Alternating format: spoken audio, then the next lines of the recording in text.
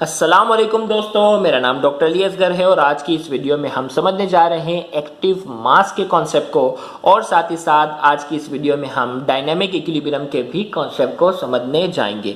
तो आज की इस लेक्चर को शुरू करने से पहले आपसे यूजुअल रिक्वेस्ट करेंगे कि अगर आपने अब तक हमारे इस चैनल को सब्सक्राइब नहीं किया जो कि डॉक्टर अली असगर लेक्चर के नाम से है, तो काइंडली आज ही आप हमारे इस चैनल को सब्सक्राइब करें और साथ ही साथ बेल आइकन को लाजमी क्लिक करें ताकि हमारी अपलोड करदा तमाम इंपॉर्टेंट वीडियोस की नोटिफिकेशन भी आपको रिसीव हो सके।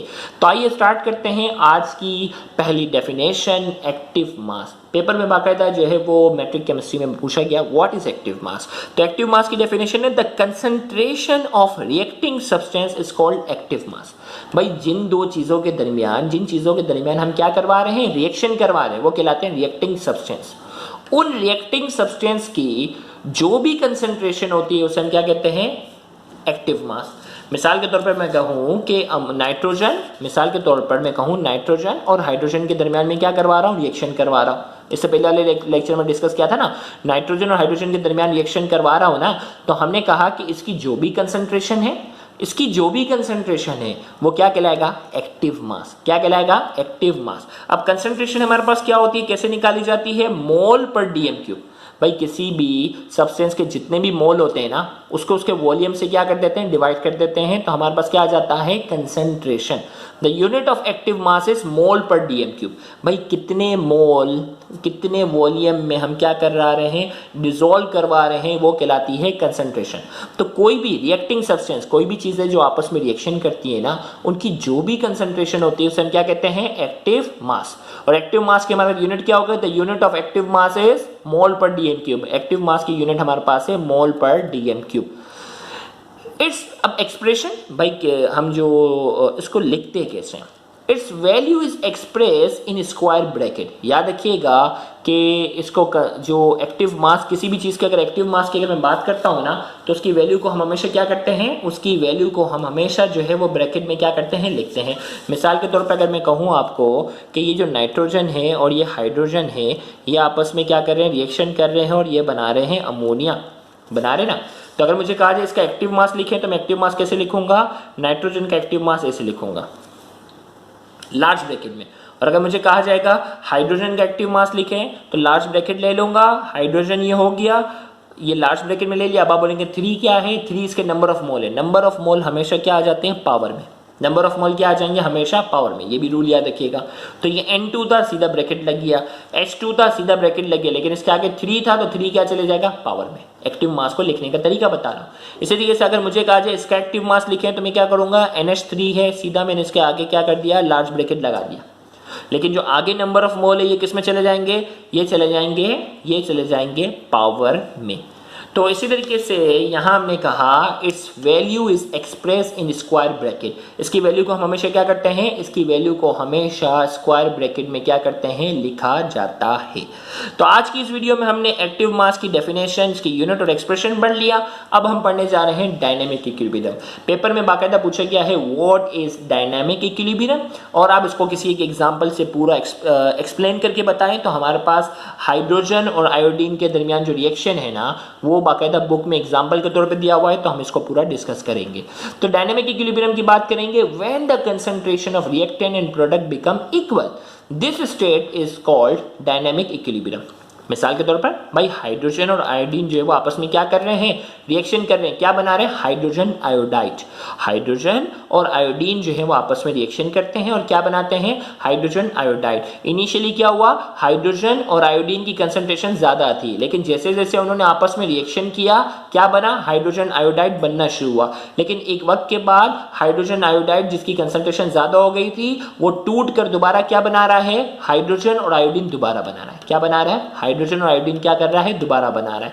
हमने कहा जब when the concentration of reactant and product become constant, यहां जो ये दो चीजें रिएक्शन कर रही है ना, वो रिएक्टेंट कहलाते हैं और ये क्या कहलाते हैं, प्रोडक्ट। हमने कहा वो स्टेट जिसमें हाइड्रोजन और आयोडीन की जो कंसंट्रेशन, भाई जितनी तेजी से हाइड्रोजन और आयोडीन आपस में रिएक्शन कर रहे हैं और हाइड्रोजन आयोडाइड बना रहे हैं, उतनी तेजी से हाइड्रोजन आयोडाइड टूटकर हाइड्रोजन और आयोडीन दोबारा से बना रहा है। उतनी तेजी से हाइड्रोजन आयोडाइड टूट कर दोबारा से क्या कर रहा है, हाइड्रोजन और आयोडीन क्या कर रहा है, दोबारा बना रहा है। तो यहां हमने कहा कि भाई जब, अब देखो अब क्या होगा, when the concentration of reactant and product become constant, जब रिएक्टेंट जो है उसकी कंसंट्रेशन और प्रोडक्ट इन दोनों की कंसंट्रेशन क्या हो जाए, कांस्टेंट हो जाए, बराबर हो जाए। यानी क्या हुआ, जितनी तेजी से ये क्या हो रहा है, टूट कर ये बना रहे, उतनी तेजी से ये दोबारा उनको लौटा रहा है, तो दोनों की कंसंट्रेशन क्या हो गई, कांस्टेंट हो गई, कोई फर्क नहीं आ रहा बजाय। तो हमने कहा when the concentration of reactant and product become constant, इसकी कंसंट्रेशन और इसकी कंसंट्रेशन, रिएक्टेंट की कंसंट्रेशन और प्रोडक्ट की कंसंट्रेशन क्या हो जाए, कांस्टेंट हो जाए, this state is called dynamic equilibrium. उस स्टेट को हम क्या कहते हैं, डायनामिक इक्विलिब्रियम। अब इस डायनामिक इक्विलिब्रियम की डेफिनेशन को समझने के बाद हम इस डायनामिक इक्विलिब्रियम में हाइड्रोजन और आयोडाइड वाले रिएक्शन को क्या करते हैं, एक्सप्लेन करते हैं। हुआ क्या, नंबर 1 एग्जांपल करके ये पूरा एक्सप्लेन करने को अगर पेपर में आए तो अब लिखना होगा, hydrogen and iodine in a close container to produce hydrogen iodide. भाई एक क्लोज कंटेनर लिया, उसमें हमने हाइड्रोजन और उसमें हमने आयोडीन जो है उन दोनों को क्या करवाया, रिएक्शन करवाया, तो क्या बना, hydrogen iodide. Hydrogen and iodine in a close container to produce hydrogen iodide, hydrogen iodide बना। At the start of reaction there is a high concentration of hydrogen and iodine. Reaction की शुरुआत में hydrogen और iodine की concentration क्या थी, ज्यादा थी, बिल्कुल। After that the concentration decreases as hydrogen iodide is form. Initially इनकी कंसंट्रेशन जी थी वो बहुत ज़्यादा थी, लेकिन जैसे जैसे इन दोनों ने आपस में रिएक्शन किया, क्या बना, हाइड्रोजन आयोडाइड बना, तो इन दोनों की कंसंट्रेशन क्या हो गई, कम हो गई। After that the concentration decreases as hydrogen iodide is form, जैसे हाइड्रोजन आयोडाइड बनता। The concentration of hydrogen iodide increases as forward reaction proceed। जैसे जैसे फॉरवर्ड रिएक्शन होता है ना, हाइड्रोजन और आयोडीन आपस में रिएक्ट करते हैं तो क्या बनता है, हाइड्रोजन आयोडाइड। तो जैसे जैसे फॉरवर्ड रिएक्शन होता जाएगा हाइड्रोजन आयोडाइड की कंसंट्रेशन क्या होती जाएगी, बढ़ती जाएगी। यहां तक हो गई बात। The concentration of hydrogen iodide increases as the forward reaction proceed, जैसे जैसे फॉरवर्ड रिएक्शन होता जाएगा इसकी कंसंट्रेशन बढ़ती जाएगी। As hydrogen iodide is formed, the reverse reaction is then able to occur। जैसे जैसे हाइड्रोजन आयोडाइड अब बनना शुरू हो जाएगा तो क्या होगा, रिएक्शन जो है वो दोबारा क्या होगा, रिवर्स डायरेक्शन में भी जाना शुरू करेगा। तो हमने कहा as hydrogen iodide is form, hydrogen iodide बनेगा, the reverse reaction is then able to occur, reverse reaction भी होना शुरू हो जाएगा। So there is no observable changes both forward and reaction are although occurring. एक वक्त के बाद इन दोनों के अंदर कोई तब्दीली नजर नहीं आ रही होगी। क्यों, हालांकि ये दोनों रिएक्शन कर रहे हैं और हाइड्रोजन आयोडाइड बना रहे हैं, लेकिन उतनी तेजी से ये टूट कर दोबारा हाइड्रोजन और आयोडीन बना देता है। तो हमने कहा so there is no observable changes both forward and reaction are although occurring. कोई ऑब्जर्वेबल चेंजेस नहीं आएंगे, हमें लगेगा हाइड्रोजन जितना है उतना ही है, आयोडीन जितना है उतना ही है, हालांकि ये रिएक्शन तो चल रहा है।